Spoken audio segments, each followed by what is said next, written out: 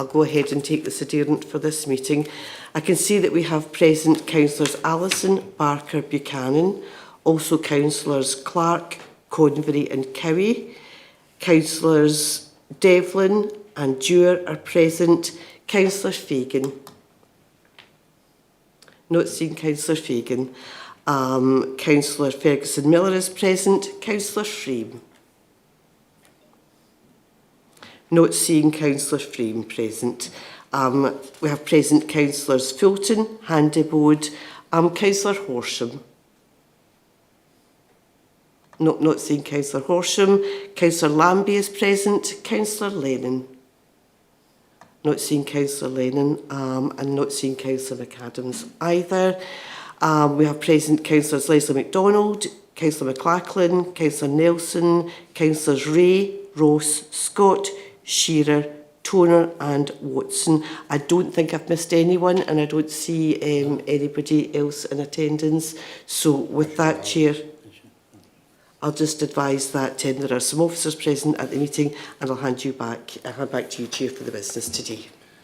Thank you, Pauline. We'll go right into the agenda for this morning. So agenda item number 1 is any declarations of interest.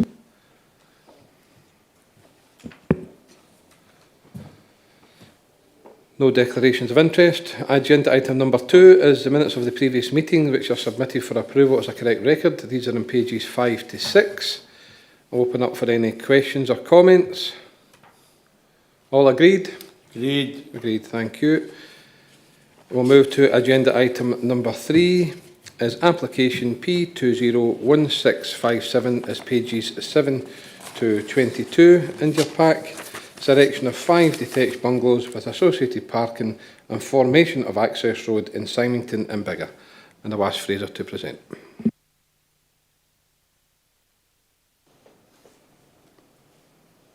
Is it working? Okay. Thanks, Chair. This application seeks consent for 5 detached bungalows on the site of what had been latterly used as a builder's yard adjacent to Tinto Primary School in Symington. No objections have been received from statutory consultees, but 43 objections have been submitted, the details of which are summarised in the report as Section 7.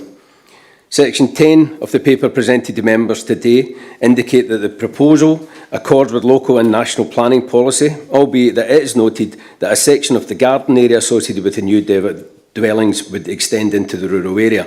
However, the actual building footprint of the proposed dwellings would be within the defined urban settlement, and as such, the assessment of this application leads to the conclusion that the wider policy objectives to guide development to appropriate sites within settlements and with access to amenities would be supported by this scheme, and the proposals are acceptable.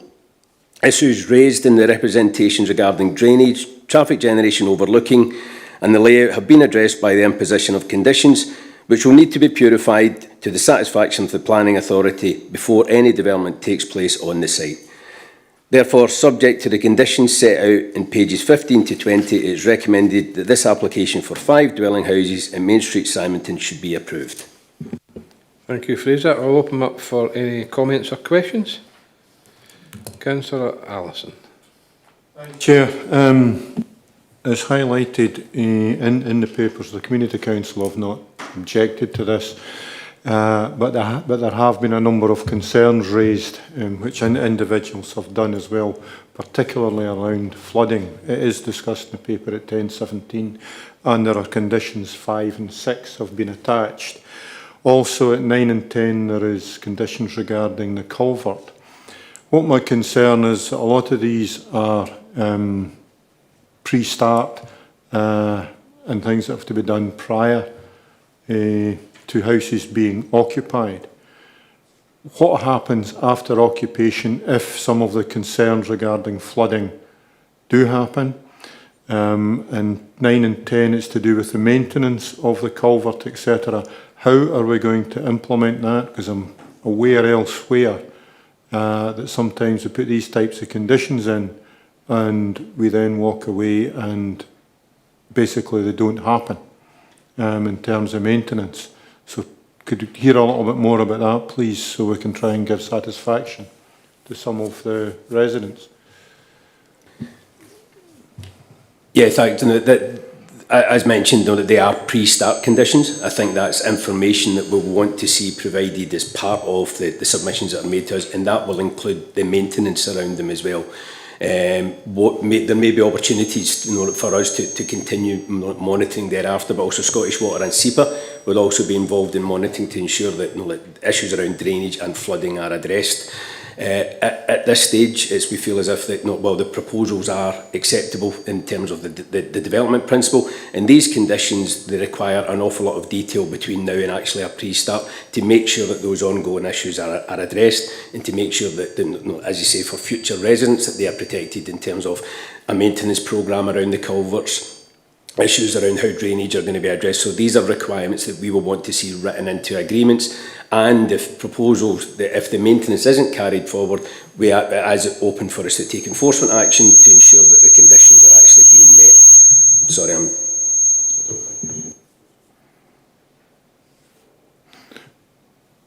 Yeah, sorry, supplementary, Chair. Yeah, again, you're talking mostly about pre-conditions, etc. How are we going to ensure afterwards that these maintenance agreements are going to be kept? Are we going to insist on conditions being put on to, and are we going to check them before houses are sold, that the conditions being put on the title deeds are sufficient to carry out these actions? Yes, Councillor, that's something that we can do. It would be an obligation that would have to be included in the assessments that are provided to us, how they're going to be maintained thereafter. Putting them on as an obligation onto the title is an opportunity we can look at, but we can also use our own enforcement powers around that as well. So I think it really depends in terms of the information that we get that comes through these, the assessments, the flood, the management plans around it, but there will be an ongoing obligation to ensure that the amenity, the safety to some extent in terms of the residents in those properties isn't adversely affected. So we'll look to have those enforced, and we'll look to have them added in as almost like burdens to the titles of the properties that are moving forward. And it's appropriate for us to ask for that. Okay, thanks. Thank you.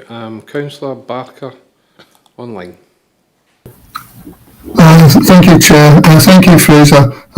Just want to emphasise the importance of those conditions, pre-start conditions, and any follow-up conditions, because just because of the water course that is there and has been a concern. Thanks very much. Any further questions or comments? I am therefore happy to recommend full planning permission. Agreed. Agreed. All agreed? Thank you. Move on to agenda item number 4. Is application P230179, which is pages 23 to 32 in your pack. It's an erection of 3 dwelling houses, and it's a land 20 metres north of 4 Church Street in Uddingston. Thanks, Chair. Yeah, this application seeks consent for 3 two-storey dwellings on a site that borders on to the Gardenside Avenue Conservation Area. 6 letters of objection have been submitted, and the application has been assessed against the relevant policies and the comments received. In this respect, it is considered that the development is in keeping with the surrounding area, and issues raised in relation to privacy, access and materials used would not lead to the application being recommended for refusal. The proposal accords with the relevant local and national planning policies, and it is considered that this represents a form of development that accords with the policy imperative for housing to be located in settlements with access to facilities and in a manner that promotes the active reuse of land that could otherwise fall into a state of dereliction. Therefore, for the reasons set out in section 12, and subject to the conditions on pages 29 to 31, it is recommended that planning consent is approved. Thank you, Fraser. I'll open up for any questions or comments. Councillor David Shearer, online. Thank you, Chair. Just for my own clarity, is this site deemed backland development? Because it would appear, looking at the map, that there's no reasonable frontage, and it is development basically in the back garden of another property. Could somebody clarify that for me?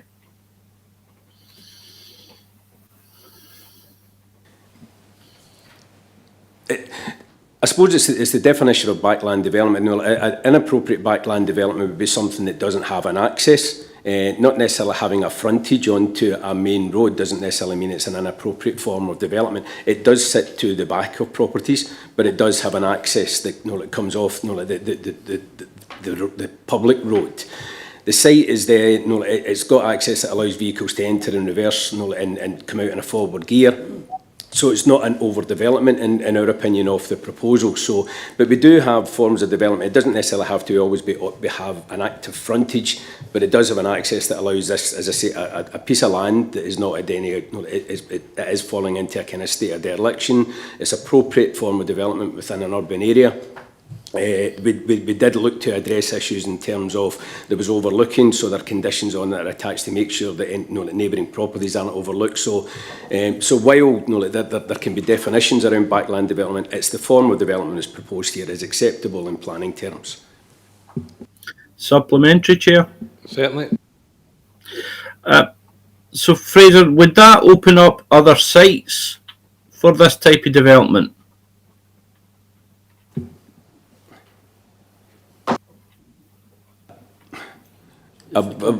Yeah, I think every application is treated on its own merits. I think if there was other applications going forward for sites of a similar nature to this one, yes, I would see them being, you know, considered favourably. But again, it's hard to determine without seeing the details of individual sites. So I don't. It doesn't set a it doesn't set a precedent for for backland development. It's the access that exists here in the form of development is acceptable in planning terms. Okay, thank you for that. Thank you, Chair. Thank you, Councillor Shearer. Any further questions or comments? No further questions or comments. I will therefore move that we grant full planning permission. I'll second it. All agreed? Agreed, thank you. We'll then move on to agenda item number 5, which is application P230632, and that is pages 33 to 40 in your pack. It's erection of extensions to existing care home to create additional floor space with associated external alterations, 60 Wellhall Road in Hamilton. Thanks, Chair. Yeah, this application seeks permission for extensions to an existing care home. It was built as part of a wider residential development, but has recently changed ownership. The works involved seek to improve the internal and external elements of the building and would result in an additional 4 bedroom spaces. No objections have been submitted by statutory consultees, but 10 letters of objection were submitted raising concerns on parking, privacy and drainage. When assessed against local and national planning policies, it is considered that proposals do not raise any planning issues. An assessment of the application also concludes that access, parking and drainage arrangements are acceptable and that the proposal to extend an existing use such as this in an urban location is appropriate. Therefore, it is recommended that planning consent should be issued, subject to the 7 conditions set out in the report presented to members today. Thank you, Fraser. I'll open up for any questions or comments.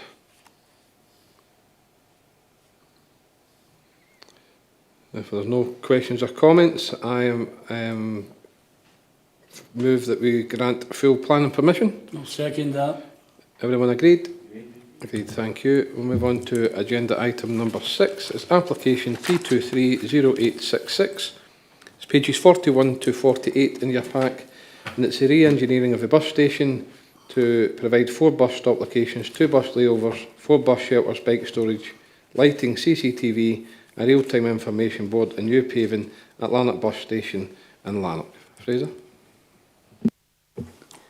Thanks, Chair. Yeah, this application, it relates to the public transport interchange in Lanark and various works and improvements to the existing bus station.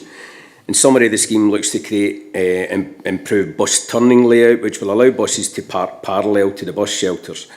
To accommodate this, the bus station footprint will be expanded into a parking area to the east of the existing station, but the works will also provide a new staggered pedestrian crossing, a bus layover area at the central island, including potential electric bus charging facilities, and the proposals also involve new CCTV, street lighting and real-time travel information, as well as ancillary landscaping. 14 representations have been received and these have been assessed in section 10 of the report, but on the whole, it's considered that this scheme is a suitable layout and design for this location. It does not raise any planning issues that would lead to a recommendation other than to approve. Therefore, subject to the conditions on pages 45 and 46, it is recommended that planning consent should be granted.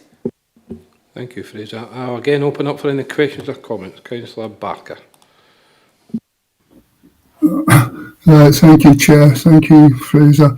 While this is a planning application, possibly Fraser can help us on this, but all the decisions seem to have been taken, appear to have been taken without reasonable consultation for the users of the train and the reserve car park for train users.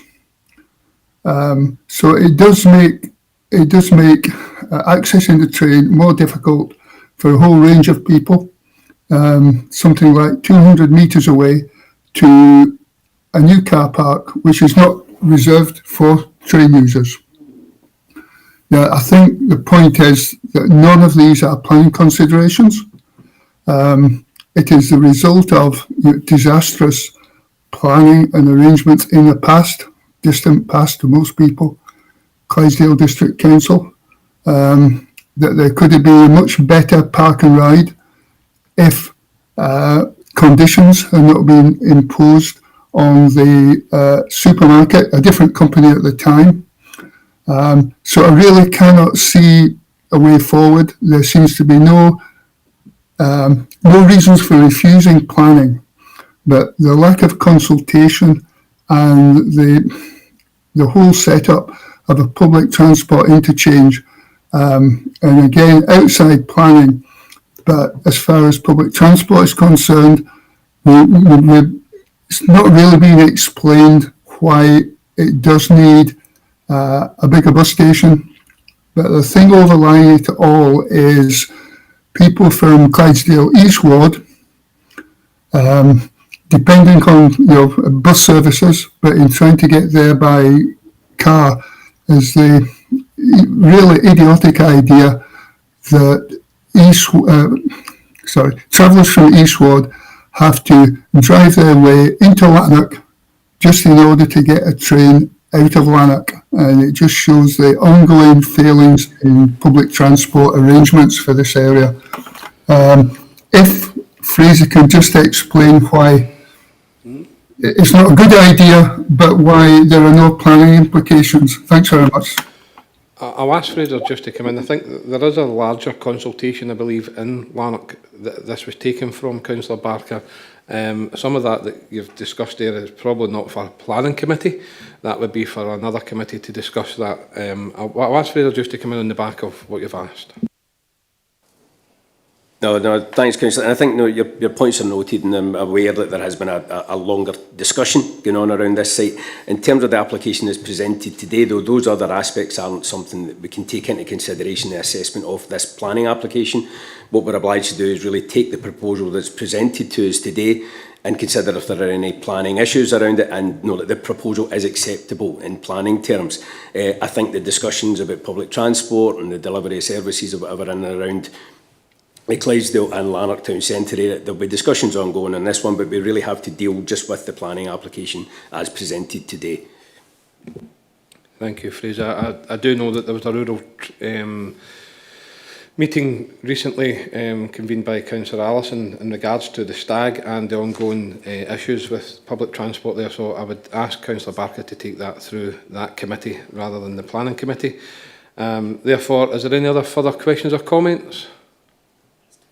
No further questions or comments. I think this is good for Lanark, actually. I think the new bus station, given that it'll have a makeover and some work done to it, will be actually good for Lanark itself.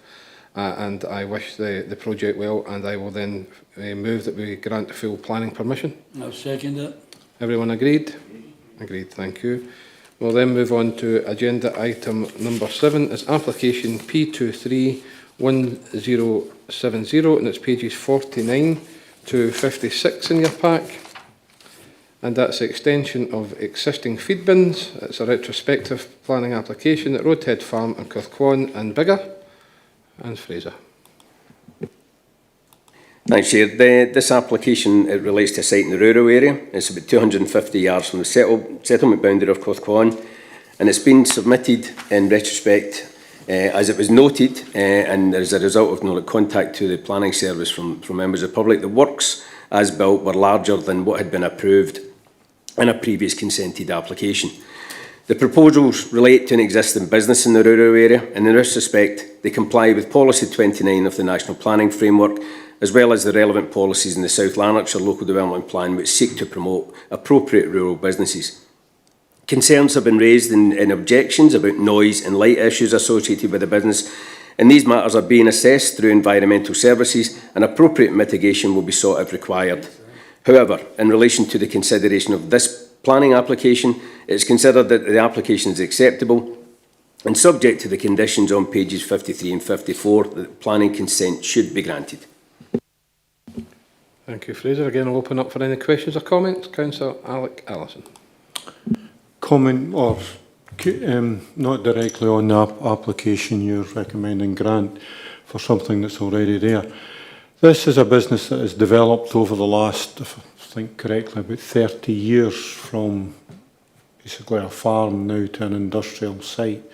How do we evaluate that ongoing?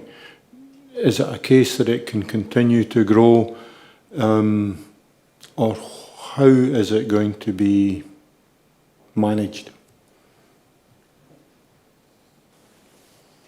Yeah, thanks, Councillor. I'm sure that you would support that we want to support businesses to grow within a rural area. We do have to manage the amenity of the surrounding area as well, the impact of businesses like this in terms of the roads and transportation networks. Sorry, we're getting a lot of feedback here. And we will continue to do that and work with the business as well. We're aware that there are some other works that we actually wrote to them as part of this planning application when we're asking them for what's your intentions moving forward. Also flagging up the fact that, again, we've had a retrospective application, so we do want to get on the front foot and work with the business. We want to also make sure that we protect the communities within the area around there, so that that this business provides employment but doesn't have a negative impact in terms of the transportation, access and other amenity issues in and around there. So we have written directly to the organisation, the company, and we will engage with them so that we've got a better understanding of what their ambition are. Yeah. Thank you. Councillor Barker. Thank you, Chair. Thanks for that explanation, Fraser. We just have to register concern. Another case of having to grant retrospective consent is a concern. The various applications and retrospective consents at this site. Each one maybe does not make that great difference to the surrounding area, but we still have this problem of noise, light, and working hours, and the amount of traffic, which I do think we do have to monitor more closely for the future. Thanks very much. Thank you, Councillor Barker. Comments are noted. Any further questions or comments?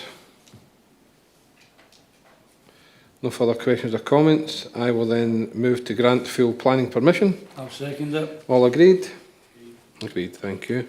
We'll then move to agenda item number 8, which is the planning appeal decisions from April to October 2023, and they're pages 57 to 60 in your pack, and I'm going to ask Fraser to present.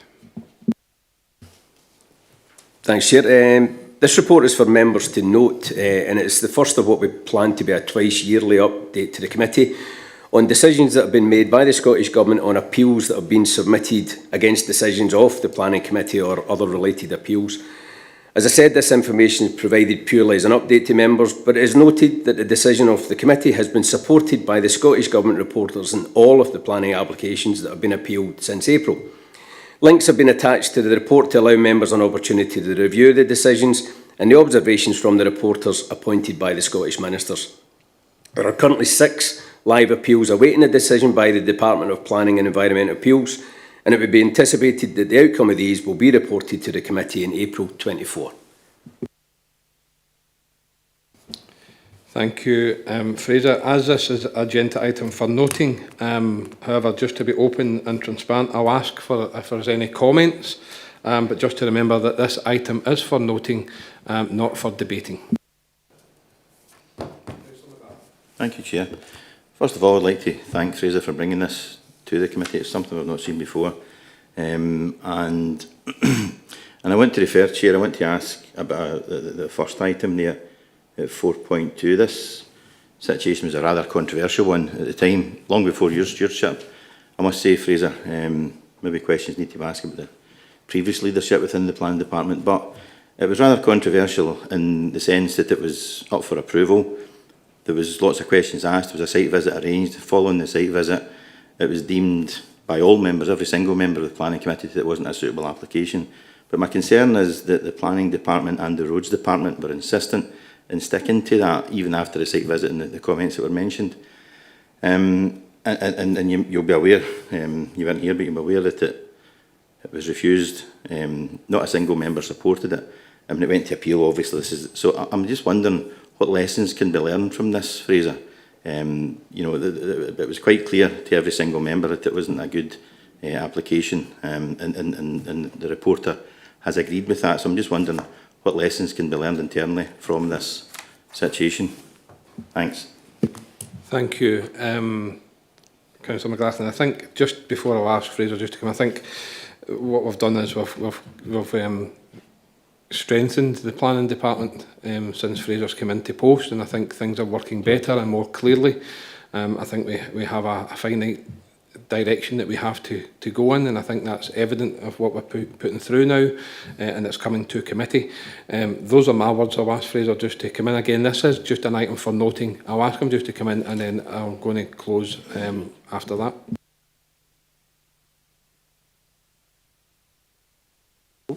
That's me, Yvonne. I think when it comes down to matters like this, where there's a fairly subjective opinion that's based in terms of the merits of a planning application, there will be issues like this where often in terms of the officer's technical assessment might be different from what members would feel, and that's the nature of planning, and that's the decision-making process around it.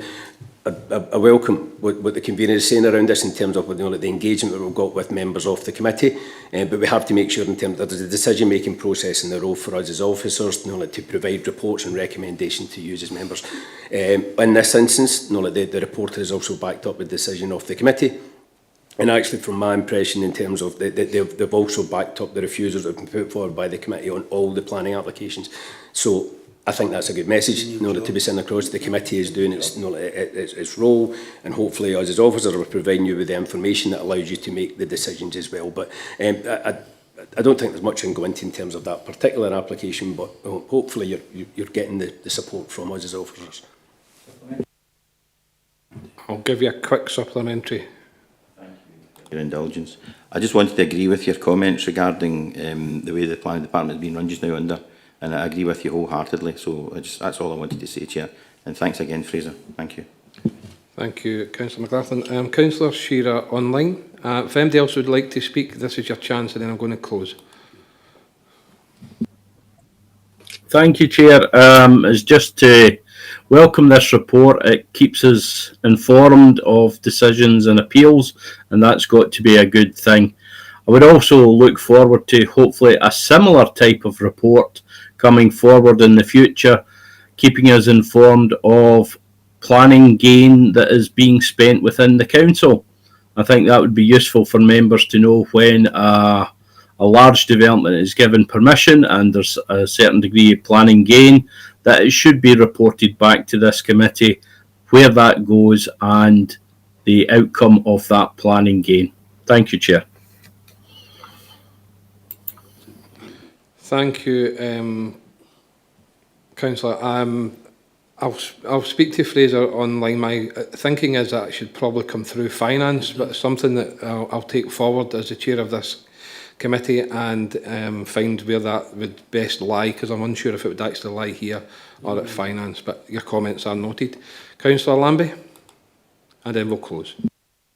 Hi everyone. Yeah, just wanted to come in and say it's a great report. Actually, I think essentially we've had our homework marked by central government. They've came back and they've agreed with everything that we've taken as a committee. And I think that's down, you know, collectively to the chair, deputy chair, and Fraser's team, and all the members on the committee that we've gone through that democratic process robustly and fairly, and it's all been agreed externally. So I just wanted to say well done, everyone. Thanks very much. Thank you very much, Councillor Lambie. That was an item for noting, therefore I will move on to agenda item 9. I have no items of urgent business for today, therefore I will ask the clerk to please stop the recording of the meeting, and I wish everyone a very good day. Thank you. Thank you.